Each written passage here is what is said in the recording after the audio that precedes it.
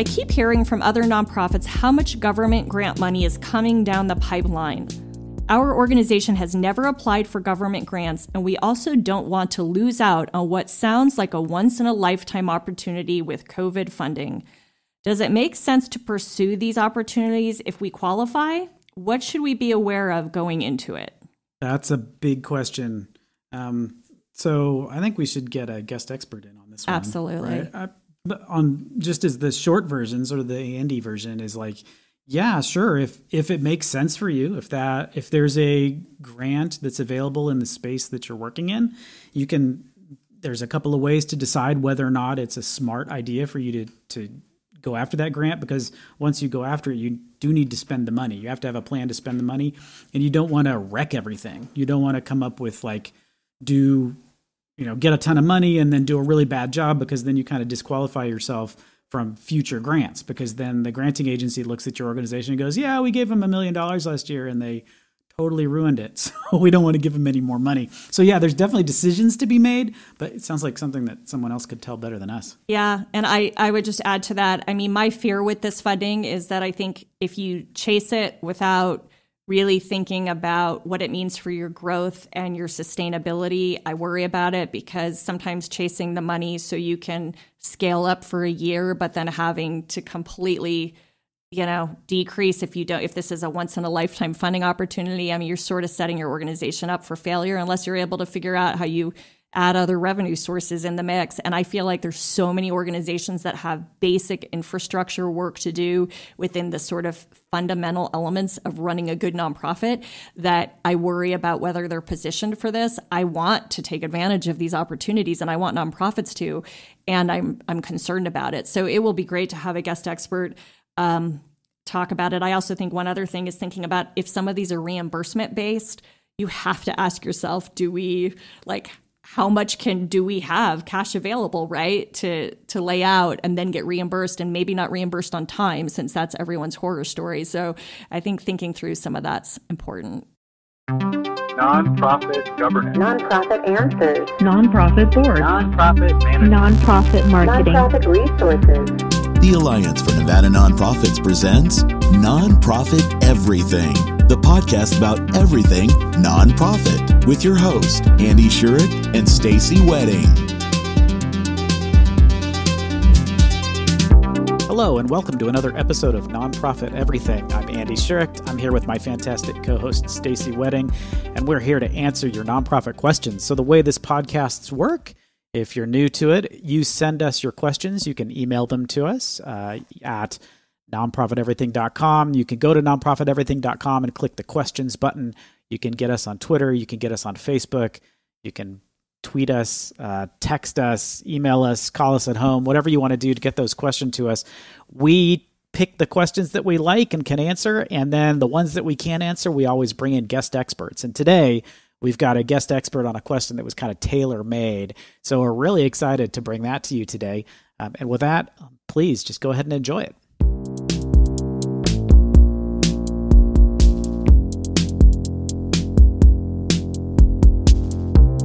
Welcome back. Today, I'm happy to say that we've got our guest expert here, Miles Dickson from Nevada GrantLab. Welcome, Miles.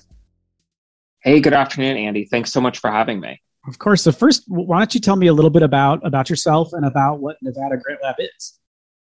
Sure. So I guess I'll start with Nevada GrantLab. Nevada GrantLab just started about 16 months ago in June of 2020, really in response to the COVID-19 crisis, and in particular, the amount of federal funding that we saw even then was starting to come to our state and our communities through the CARES Act.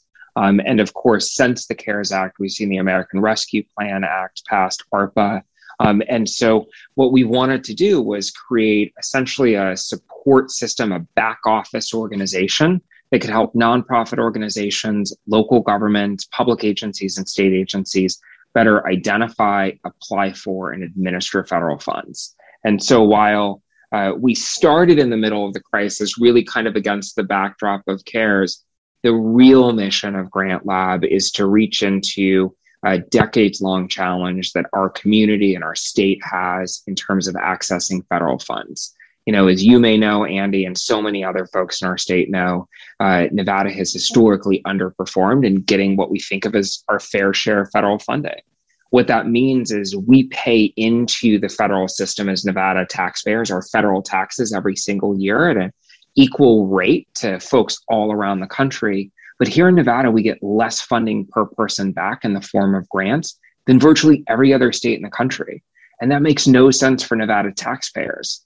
What it also doesn't make sense for are organizations, whether they're nonprofits or local governments or state agencies, to have less funding than they should to pay for the incredibly important programs, projects, and services we know Nevadans really could benefit from. So we started Nevada GrantLab to really provide technical assistance, capacity building, and hands-on consulting work, really to help organizations across that journey of better identifying for, applying for, and administering federal grants that can benefit Nevadans. That's fantastic. So it's probably jumping kind of to the middle, but what do you think the cause is? I mean, Nevada, whenever we come up with lists, and Nevada historically seems to be at the bottom of whatever list we're looking at. Why do you think we're so bad at getting federal grants?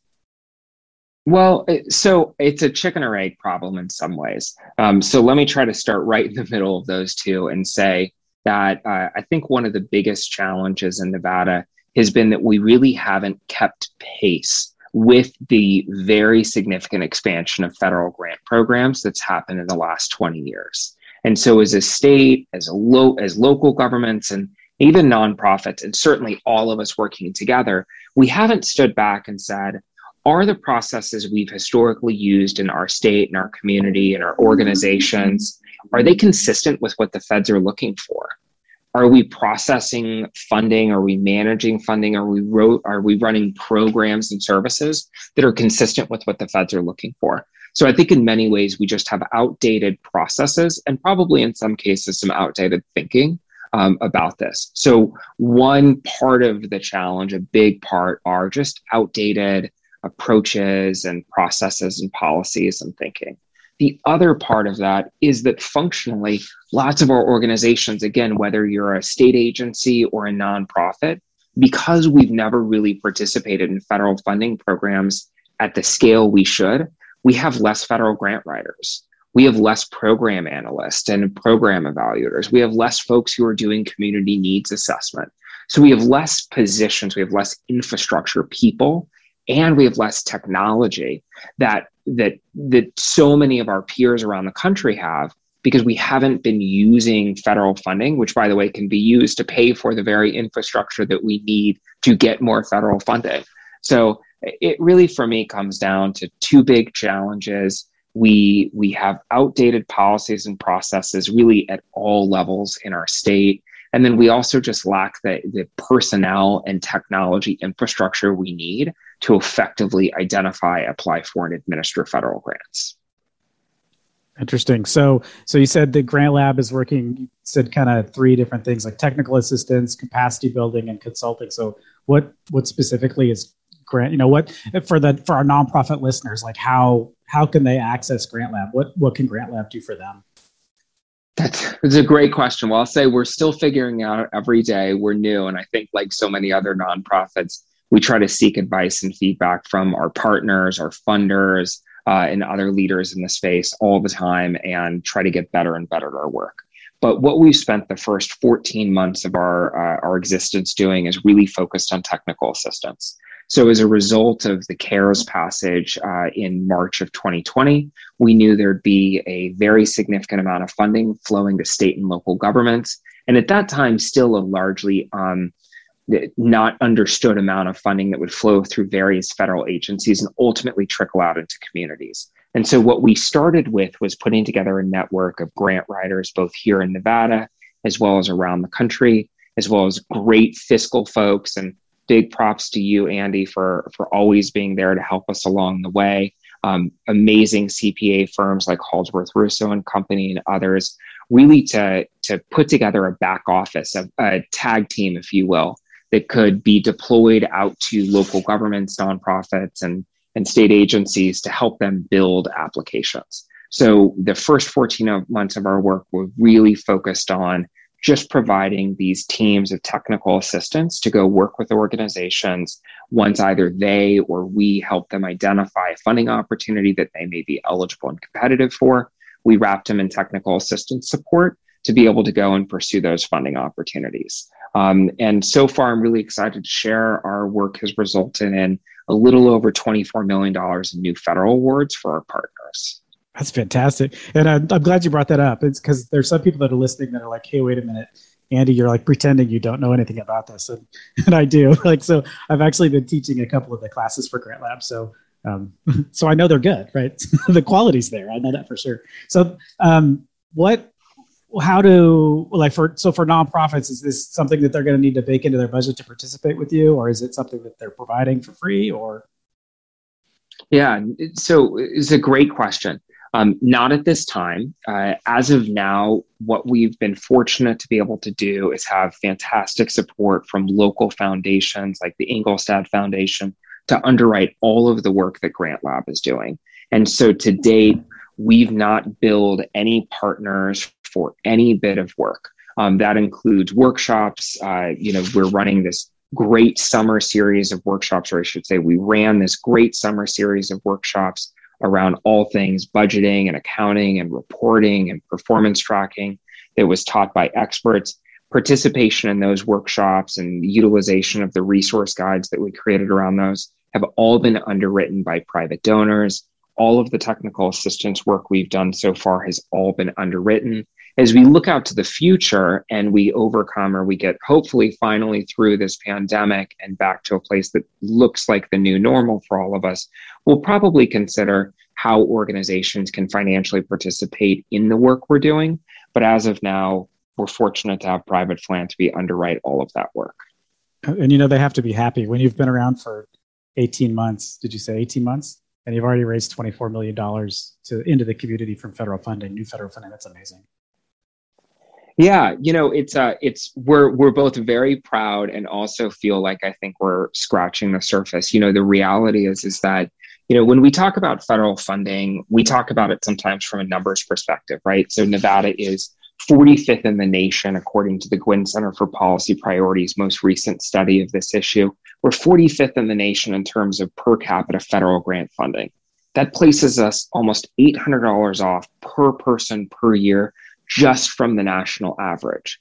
But in a state that leads the country in the same risk factors or the same criterion that often drive federal funding, we think the lost revenue to the state of Nevada exceeds $500 million every single year. And so on one hand, we're really proud about $24 million of additional funding coming to the state. And on the other hand, we know we are just barely scratching the surface of what it means to really solve this problem. That's good. I like that the opportunity, you can see the opportunity kind of out in the future and knowing that you're on your way there, but you're not there yet. That's a good place to be in. So let's get into the question then. So this, when this question came in, Stacey and I immediately thought we knew exactly what a guest expert we're going to bring on for it. So here's the question, just to refresh. I keep hearing from other nonprofits how much government grant money is coming down the pipeline. Our organization has never applied for government grants, and we also don't want to lose out on what sounds like a once-in-a-lifetime opportunity. Does it make sense to pursue these opportunities if you qualify? And what should we be aware of going into it? Well, so let me take this in a few pieces and first say... It's like a bunch of questions piled together, isn't it? Yeah, but it's all right. It's a great series of questions. And let me first say, I'm not sure that the right way to look at COVID is a once-in-a-lifetime opportunity for federal funding. On one hand, we know that there's going to be more money as a result of CARES, or was. There's more money as a result of ARPA. DC looks like it's poised to pass another large spending package sometime in the next 6 months. So on one hand, there's more money in the system than there ever has been, and therefore there's more opportunity for nonprofits and so many others to access funding, maybe in a way they haven't before. Having said that, every single year outside of crises, the federal government distributes $800 billion in federal grants. And so I don't want to, I hope that folks don't look at federal funding as a crisis-related or crisis-exclusive revenue opportunity for their organizations. One, because I think there is every single day, every single year, federal funding opportunities that our community organizations and governments can and should be participating in that they aren't right now. And the other reason I say that is there's a lot going on right now. And I think, frankly, from an administration standpoint at the local and state level, people are still very much figuring out how to run ARPA programs. And I think it's important for especially nonprofits to not feel the pressure to go chase money if you're genuinely not ready for it.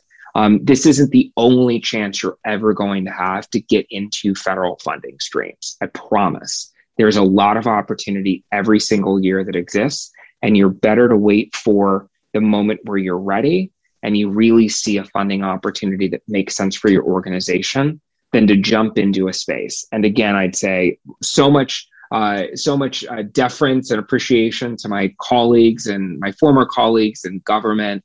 I know how hard this would be to be doing if I were in your shoes. And I would just say so many folks are still figuring out how to administer ARPA, both at the local and state level. And it's really tough, I think, especially maybe a small organization, to make a big commitment to federal funding when you're not entirely yet clear on what's expected of you. And by the way, I tell you the same thing for a major gift from a private donor. It's a lot easier as an organization to be able to manage and succeed if you know what's expected of you. And I think in many ways, we still don't know what those answers are yet here.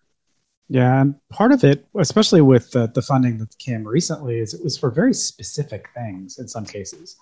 It's something like rental assistance, right?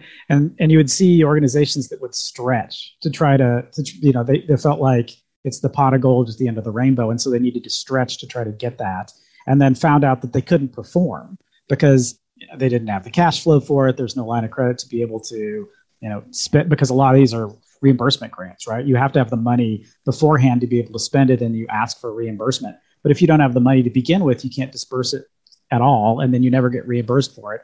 And at the end of the day, that turns out to be like a failure, right? So the people that you received the money from said, yeah, we gave money to them and they couldn't perform. So the next time we're going to think twice about giving them money.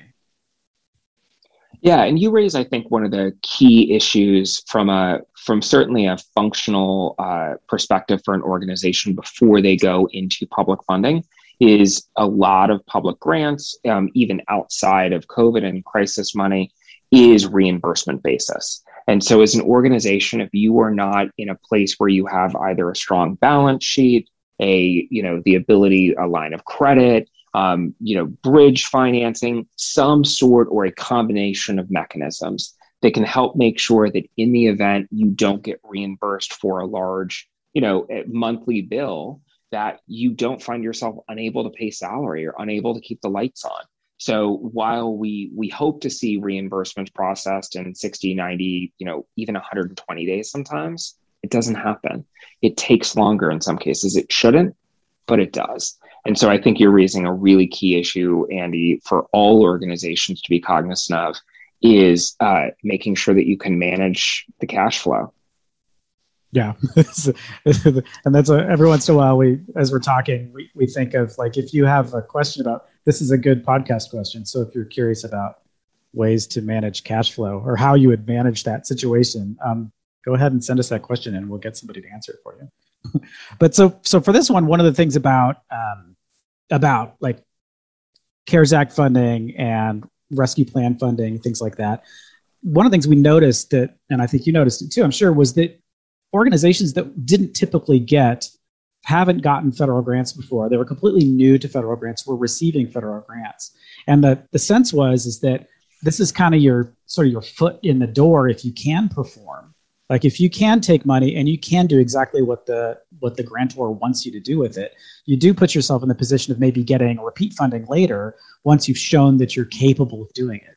Do you think that's would be a good reason to maybe stick your neck out for something that you wouldn't normally go, if it's outside of your current budget and it's an opportunity, would that be a reason do you think you should go for that opportunity? I'd start with considering, does the funding opportunity clearly align with our mission or our strategic plan, right? Can we draw a bright line between this funding opportunity and the work we do every day or the work we're pursuing doing, the missions and the outcomes, right? So I think that's threshold number one. I think the second part of that I look at is, do we have a track record of successfully performing the work that's being asked for, right? So in the case of rental assistance, have we been in the rental assistance space before? Can we prove a successful track record? Alternatively, if it's your first federal grant application or award, or you're applying for a new program, which sometimes is the case, right? So rental assistance, we didn't need at the scale we needed last, May, then we never needed that before. So most folks were stepping into a new space. So in that case, do you have a successful track record for designing and implementing and quickly scaling programs? If you don't have a bright line to draw between the funding opportunity and your strategic plan, your mission, the work you're doing every day, and you can't stand on a track record either of past performance in this work or even past performance in being able to build a new program and scale it quickly, whether it's, especially if it's government funding, but, even in private funding, I'd encourage anybody to think really carefully if this is the right opportunity. Having said all that, sure, just like any other funding stream, private and public, organizations, whether you're governments or foundations, are going to be more inclined to do business with partners that they know can deliver. So many start with a smaller grant, again, public or private. You may start with a smaller grant. You may prove your performance. You may demonstrate to them that you're a great or maybe even the best partner in a certain workspace, and they'll want to keep working with you. So I see that opportunity, but I wouldn't let that get in front of those base considerations of, does the funding opportunity align with the work we do? Do we have a successful track record in doing this work? Can we prove it? Or if it's a new program or our first application, do we have a clear track record for designing and implementing programs? If you can't answer yes on those things, I think real carefully about pursuing it. That's like the one piece of advice that you wish everyone would follow all the time, which is don't chase money. Just because it's out there doesn't mean that you should go after it. Like your points on being able to perform and mission alignment are your words to God's ear, right? Right. But let me double down on that and say, I think we often, as a nonprofit ourselves, in my past work, I often hear people say, don't chase the money. And then I also think, but how are we going to make payroll in 90 days? So I do think it's a double-edged sword. I'll say that the thing about federal funding is that it's out there all the time. I know that there's so much extra conversation, and indeed, we created GrantLab right around this time for a reason. There is so much more conversation about federal funding. There is a sense of urgency, I think, in many ways that's artificial for organizations to step into federal grants for the first time. And I just tell folks, I'm welcome. We want to get you on the water. Nevada is going to be better when more organizations receive more funding more consistently, more. But it doesn't all have to happen right now. And in fact, there may be reasons for some organizations to hang tight and wait for those federal funding opportunities that are annual. So many programs happen every single year. You can plan around them. You can build capacity. You can build your application. And maybe 2022 or 2023 is the year to focus on. That's a really good point. Like, just because it feels like the floodgates opened because of COVID, it doesn't mean that that's your only opportunity to get a grant. And some of these grants you're talking about that are multi-year grants provide a lot more opportunity to do something more significant as well, right? So it's not you have to spend this money by December 31st because we're trying to fix an emergency. It's more like, let's look at some systemic issues, something larger that we can solve, and spend 2 or 3 years on a larger program that has a more significant long-term impact than just like, let's put the fire out. Yeah, absolutely. There's a local organization that probably from a budget standpoint still is, medium to medium large. And it's been in existence for, I want to say 7 or 8 years now. And pre-COVID, they started working on a federal grant application. They knew what application they wanted to go after. They did their research. They found a grant writer who really understands that work. And they spent almost a year building their application and the partnerships, right? Because so many federal grants require some level of coordination, partnership, shared service delivery, et cetera. They spent a year building that application, building the partnerships, helping people understand what they were going after, how it would work, et cetera. And it was just perfectly aligned with who they were, where they're going as an organization. They have the capacity to administer it. And ultimately, it ended up being, I think it was a $23 million federal award. It's over 5 years. So, a little more than $4 million per year. But it's this massive federal grant that no one in Nevada has won before. I don't even know if anyone's applied for it before. But it's out there. And every single year, 6 to 8 states win it. We won it last year. And it was a year of work to get there. And so, I just say, federal funding is out there every single year, hundreds of millions of dollars that Nevada is foregoing in revenue. And I understand the crunch for folks to say, oh my gosh, the state has, $2.7 billion and we just need $400,000 to do this thing. I get the crunch, but what's happening right now with emergency aid that I think folks really need to understand and think about is, unlike a federal grant where that organization I just mentioned, it looked at it, it could look at the 2020 version, it could look at the 2019 version, the 2018 version.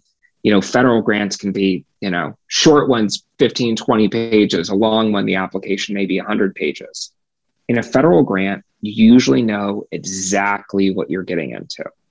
There's no shortage of legalese. There's no shortage of description usually. When we move over to emergency aid and we think about the purpose of emergency aid, it's because there's things that we need to do as a community and as a country today that we didn't need to do 2 years ago, whether it's rapid testing, PPE, thinking about access to childcare, which we should have always been doing, but now have an urgency and a priority to do it in a way that we've never done it, right? A lot of this is new. And so for organizations feeling the pressure, I would just say it's a wonderful opportunity. Think very carefully about getting into federal funding if you see that sight line between a funding opportunity and your mission and your plan and your track records for performance and all of those other attributes. But don't think it's your only time. There's going to be lots of opportunity in the years to come. Don't get swept up in the floodgates that you mentioned, Andy. So what's the best way for an organization to find out what kinds of things are out there? Is there a common source for that, or is it you just have to kind of know where to look? Unfortunately, right now here in Nevada, there's not a common source. So many states and communities across the country have recognized that finding federal funding, including direct from the feds as well as pass through state and local governments, is a huge challenge for nonprofits. I think here again in Nevada, we're just behind the 8 ball. We haven't kept up with that sort of innovation. And so right now, if you're a nonprofit in California, you can go to a website that the state of California hosts that helps you as a regional nonprofit, maybe working in multiple different service areas, understand what funding is available from municipalities and across state agencies. So kind of the way that many of us go to grants.gov to look for federal opportunities. So direct from the feds to a nonprofit, grants.gov is the best source. But unfortunately, the state of Nevada doesn't have a single repository where you can learn about funding that's available from state agencies. That, in our view, is both a big challenge and a big opportunity to address. I think when we come down to a local level, it gets even more scattered. So picture a regional organization that may be working in multiple cities. So you're working in the city of Las Vegas, the city of Henderson, North Las Vegas, and the county. You're providing services across a range of issues. Maybe you're in housing, you're education, you're in healthcare. If you are that organization, you are going to 4 different local governments to track their funding opportunities. In some cases, those local governments may operate those funding opportunities through multiple offices. So now you're going to one government plus 2 of their offices. You go up to the state level. You're now running 4 different state agencies. You're following 4 state agencies. Some of those state agencies have multiple offices to deal with their different funding streams, right? So now I'm a regional entity and I've got 12, 14, 16 different places that I'm supposed to track just here in Nevada. Many folks give up. And so I'm really sorry to say that at the moment, there isn't a single source of information for funding from Nevada local governments and state governments. There is a single source if you're looking directly for feds. It's grants.gov. And you can be part of the solution for pushing and advocating for a local and state database. Talk to your city councilor, talk to your county commissioner, talk to your state assembly person, your state senator, talk to a constitutional officer. You can tell them what a challenge it is to find funding for your organization as it exists today. And you'd love to be part of the solution to help streamline that. So many other communities and states have done this. We can do it here too. We just have to get to work. That's fantastic. I think it's funny that about 20% of our listeners are actually from Nevada, and the other 80% are laughing right now. So I think that's a good point, that like talking to people because it's a good conversation to have with them, because you're not asking them for funding. You're telling them, I would like us to be able to access federal funds through your agency, through the county. And the only way I can do that is to find out what's available, because most of the money is passed through from the federal government anyway, right? It doesn't necessarily start here. It's not like you're asking for something. You're asking for them to help you make the community better. I think that's a really easy ask. Yeah, absolutely. And so I would say one thing that's an amazing asset. So I will go toe to toe with your 80% out of Nevada over our federal delegation. I've got to say, Nevada's got a fantastic federal delegation. Every member in Congress that represents the state that I've talked to over the years wants to help organizations, nonprofits especially, find the funding to do the work they do to benefit Nevadans. They're great partners. So definitely develop a relationship with your federal delegation office, the congresswoman who represents you and your constituents, both the senators. And when I say develop a relationship, I don't mean call them and say, where can I get my money? Don't call them the day before your application is due and ask them to give you a letter of support. Go and talk to them and ask them how you can work together to find funding, and also support other organizations to find funding too. One of the key opportunities is that while a grant application may not be right for your organization to be the prime recipient of, you may be able to play a perfect role as a sub-awardee to someone else's application. So as you think about and you review federal grant opportunities, whether they're passed through the state or local governments or directly to the feds, don't just think about, can we be the applicants? Think about, can we be part of this work, and who would be the best applicant? Reach out to those organizations. Here at GrantLab, we often find as we send funding opportunity announcements to organizations, they didn't even know it was out there. They didn't realize they were eligible. Maybe they heard about it 5 years ago and the rules were different for eligibility. The program requirements were different. And because it's the same grant name, they don't look at it every single year to know that the program's actually changed. So be sure to not just think about, are we the right applicant or can we apply? Think about who else can apply. And I encourage you, reach out to your colleagues in local government and other nonprofits and say, hey, Andy, did you see this grant? This looks like what you all do. If you apply, we'd love to help, we'd love to be part of the application, and we can even, help support it in the following ways. So really think about this as a team sport. That's what federal funding is about. This is not organization by organization. We all have to be in this work together. That's a really good point. And when you think about like major theories of change too, especially like in the human services space, like everything's connected to everything else. So hunger is connected to homelessness, which is connected to education, which is connected to mental health, which is right. It's all put together. And understanding, like, I love the idea of if you notice something and it wouldn't be good for you, but it would be good for somebody that's adjacent to you, like reaching out to them and saying you can help, because we all know that grantors really like it when they get joint applications, is they like to see organizations working together to solve a problem by like pooling resources and attacking it from multiple different angles at once. I think it's a really good point. Yeah, and to the federal government's credit, especially in the early 2000s, the early 2010s, we started seeing more and more federal grant applications require partnerships very explicitly. Not, we're encouraging collaboration, please work with other people, we hope that works out well for you all, but very specifically as a requirement in two different places we see it, or I guess even three different places we see it in many federal grants, is one, in your program implementation plan. So very specifically being able to map out, here are the partners, here's everybody's responsibility, here's even a contingency of one partner something happens to and that organization, say, it closes down.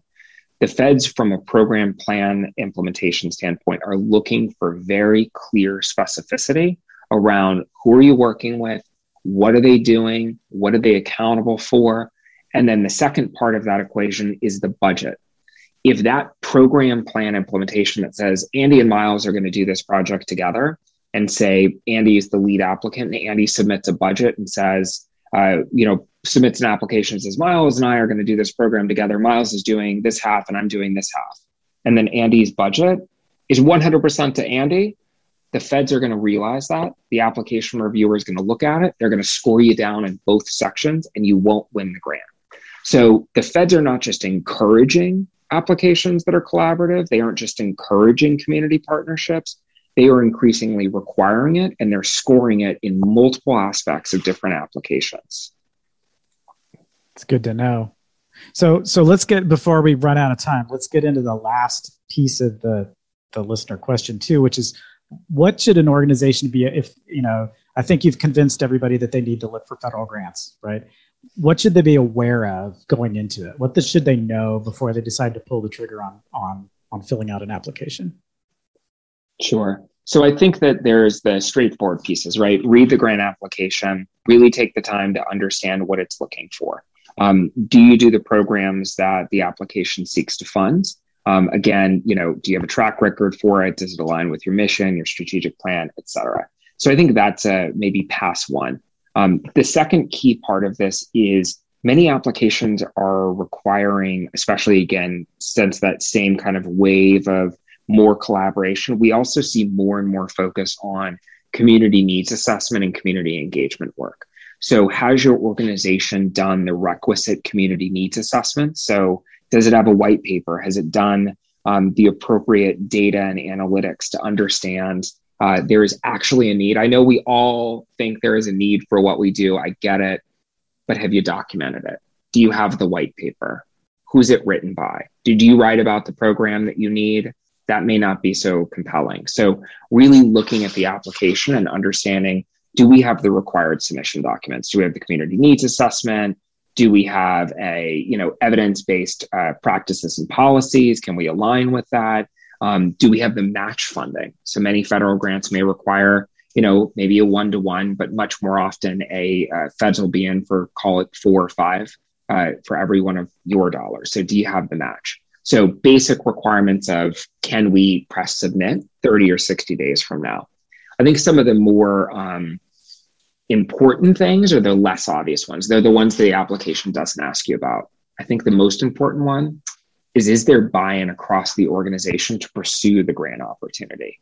Not just the money part, but is there an understanding and commitment to do the work, to track the work, to report on the work, to manage the cash and the personnel that it takes to do it? So what we're really looking for in an organization that is quote unquote ready and competitive is not just programmatic quality, not just a great application, but your program staff, to your fiscal department, to your CEO and board, everybody needs to agree this is a good opportunity. And when one of those partners in that process is missing, I can tell you the story probably won't end well. So I think that's some of the most important stuff to think about. Okay, so in your last answer, you just mentioned like how do we know we're competitive? Like what should an organization do really to know whether or not they're going to be competitive for a grant? So one of the first things I look at when I look at a funding opportunity announcement is the number of expected awards. And so what I usually look for is it a new federal grant program that's a competitive grant program? There's only going to be 5 awards in the whole country. What that signals to me is if I'm going to win this, that's an assertion that I am one of the best of the 5 providers in this work in the entire country. Maybe that's true. Maybe I want to take a shot at the application and try and see I can get feedback. But one of the things I think a lot about is the level of competitiveness, especially for those competitive awards. So alternatively, if I look and there's an estimated 250 awards around the country, Usually what I think about is, okay, let's say that they're the feds, and they often do, will want some level of equitable distribution around grants. So if there's 250 awards, Nevada's got to be in line for at least a handful of them, right? So are there other organizations in the state that are going to apply for this application? Are they doing the same thing I'm doing? Or am I literally one of the 1 or 2 or 3 organizations that do this work in the whole state? So I look at it really from a competitive lens, which is if there's 250 awards and I'm the only, or I'm one of the very few organizations in the whole state that does this work that's going to apply, as long as I feel like I can put together a really solid application, I'm going to apply for it. And of course, I'm ready for federal funding and all those other things we talked about today. But I look at it from that standpoint. On the other side of the spectrum, if there's 5 awards and I'm new to federal funding, this isn't the first one for me to take a swing at. That just is, those odds aren't in my favor, but it's going to take me just as much time and just as much effort, unfortunately, to write a losing application. So I probably would pass on that one. I think that brings up another question. It's like, so one of the things you might hear a board member say, or even so, like when I at one of my previous organizations, I was known as Mr. No, because I would just say no to everything because it sounded like a lot of work, and I'm fundamentally lazy. So what's the case for pursuing federal funding? It's a lot of work. There's, you have to do if you get enough money, you have to do a single audit at the end of it. You have to do all this extra reporting. It seems like an awful lot of work. So what's the case to convince somebody like me that it's actually worth the effort? Well, I'm a 3rd generation Nevadan, and so I love a good odds game and number conversation. So let me pause on that for a second and talk about the policy side, and then we'll get to how do we think about the investment as an organization. So first and foremost, I think it's so important for all of us to understand that federal funding plays a vital role in building resilient, inclusive communities and economies throughout this country. But unfortunately, not so much in Nevada. For decades, we've consistently been awarded among the lowest amounts of federal grant funding in the country, despite having some of the highest need. In fact, Nevada ranks 45th nationally in federal grants right now. That's 45th in per capita federal funding, despite having some of the highest need in the country. We forgo more than $500 million annually in revenue to local governments, state agencies, and nonprofits that they could be spending on things like education and healthcare and affordable housing and basic services and workforce and economic development and so on. And so in a state that so often talks about not having the amount of resources we need to make a dent in these big problems, it makes no sense for us to sit on the sidelines of federal funding. Having said that, if I'm an organization, especially a smaller or medium-sized organization, and I'm thinking about what's it take to get federal grant funding, I'm going to have to spend maybe $5,000 hiring a contract writer, maybe more. I've got to think about having somebody who can do the audit work or manage the cash. I get it. It can feel overwhelming. That's a big part of why we created Nevada GrantLab, especially for those organizations that are doing work that's eligible and competitive for federal aid, but maybe they just have a resource gap to getting there. So we want to find you. We want you to find us. We want to partner with you. And we'd really like to figure out a way to underwrite or help you cover that resource gap by providing you a grant writer, maybe in kind, or an analyst, or a budget, some assistance building a budget. So I get it for the small and medium-sized organizations. For organizations that are growing their federal grant pipeline, I think it's important to recognize public funding, whether it's from local government, state governments, or federal government, or pass through a federal all the way down. It's a critical part of organizations' revenues. So like I was saying earlier, when we think about the importance of federal funding in the country, federal funding pays a large share of affordable housing, right? Federal funding plays a critical role in workforce development. We have to find a way as organizations and a community and a state to really build our ability to build that revenue. So said another way, all those organizations out there that have 2 events coordinators and a contractor for your special events and a marketing firm, and you're shaking the trees looking for food and beverage and event space donation, I can tell you the rate of return on a gala versus a really good federal grant program doesn't even compare. invest in federal grants. Those dollars are significant, they're reliable, and best news, when you write a federal grant and you win one, you know exactly what's expected of you.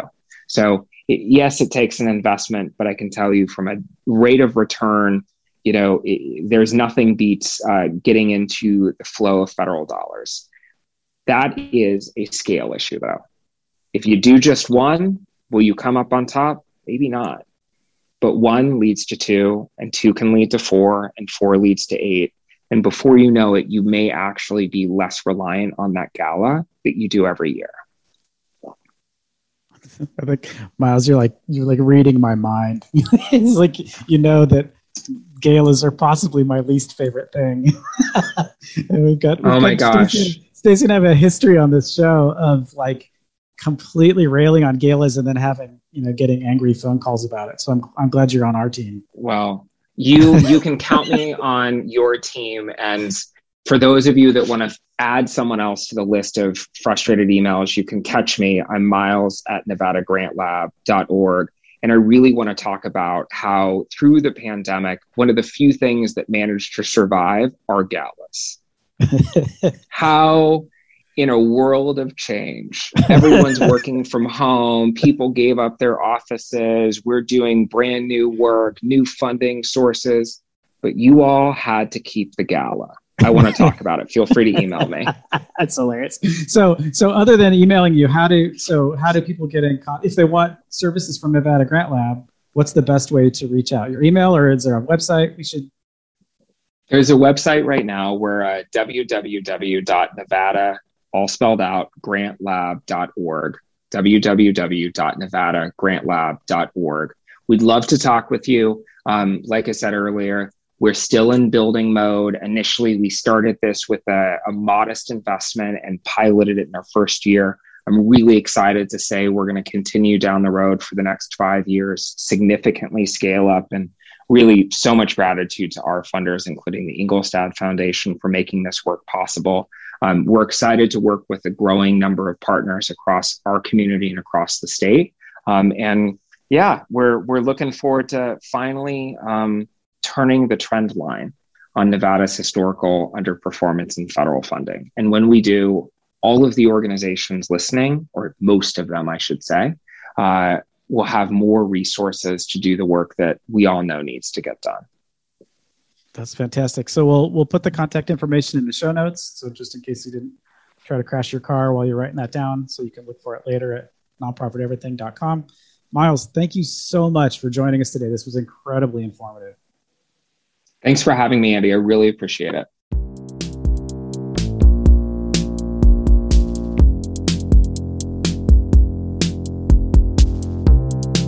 Thanks for listening today. We really appreciate it. If you wouldn't mind, if you had any questions that this brought up, go ahead and shoot those to us so that we can keep this podcast rolling. As mentioned before, the podcast is a production of the Alliance for Nevada Nonprofits, who has a conference coming up pretty soon. So check out the Alliance for Nevada Nonprofits webpage. It's alliancefornevadanonprofits.com, or also there's information in our show notes. So if you go to nonprofiteverything.com, there's information about the conference there as well. So check them out. If you're not a member, that's one of the best ways to support the podcast, because we do this on behalf of the Alliance to kind of help capacity building and help the nonprofit sector in Nevada get better and better as we go. And with that, we will see you in a couple of weeks.